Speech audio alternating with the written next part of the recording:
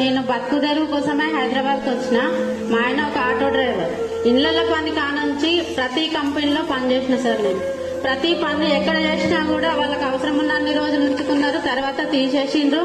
Last కి corona టైంలో అందరు ఇంటి దగ్గర ఉంటే నా ఇంట్లో నా పిల్లలకి పోషించుకోవాలి కాబట్టి నేను గాంధీ హాస్పిటల్లో వర్క్ చేరిన. అక్కడ గాంధీ హాస్పిటల్లో కూడా 4 సంవత్సరాలు చేసిన తర్వాత వద్దు అమ్మ అని చెప్పి 240 మందిని తీసేసిరు. అక్కడ తీసేసిన తర్వాత మాకు ఎంత ధర్నాలు చేసినా కూడా అక్కడ ఏమన్నారు అంటే వద్దు అన్న రోడ్ల మీద పండుకొని కూడా ధర్నాలు చేసినాం. మేము ఎక్కడ ఉన్నా కూడా ఎక్కడ లైఫ్ లేదని అర్థమైంది. ఏదన్నా దొరికితే అనుకున్నాము. ఈ ప్లాట్ఫారం పరిచయం చేసింది నాకు సర్వశ్రీ మేడం. మాకు మహిళా సంఘం పెద్ద లీడర్ ఆమె, ఇక్కడ కూడా పెద్ద లీడరే.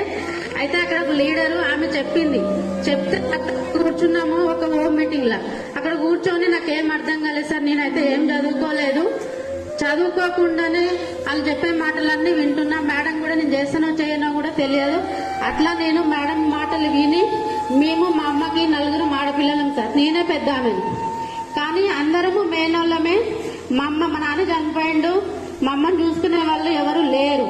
ఇంటికి పెద్ద కొడుకుగా నేనే చూసుకోవాలని చెప్పి ఈ వెస్టేజ్ లో సక్సెస్ తీసుకోవాలని అప్పుడు మేడం మాటలలో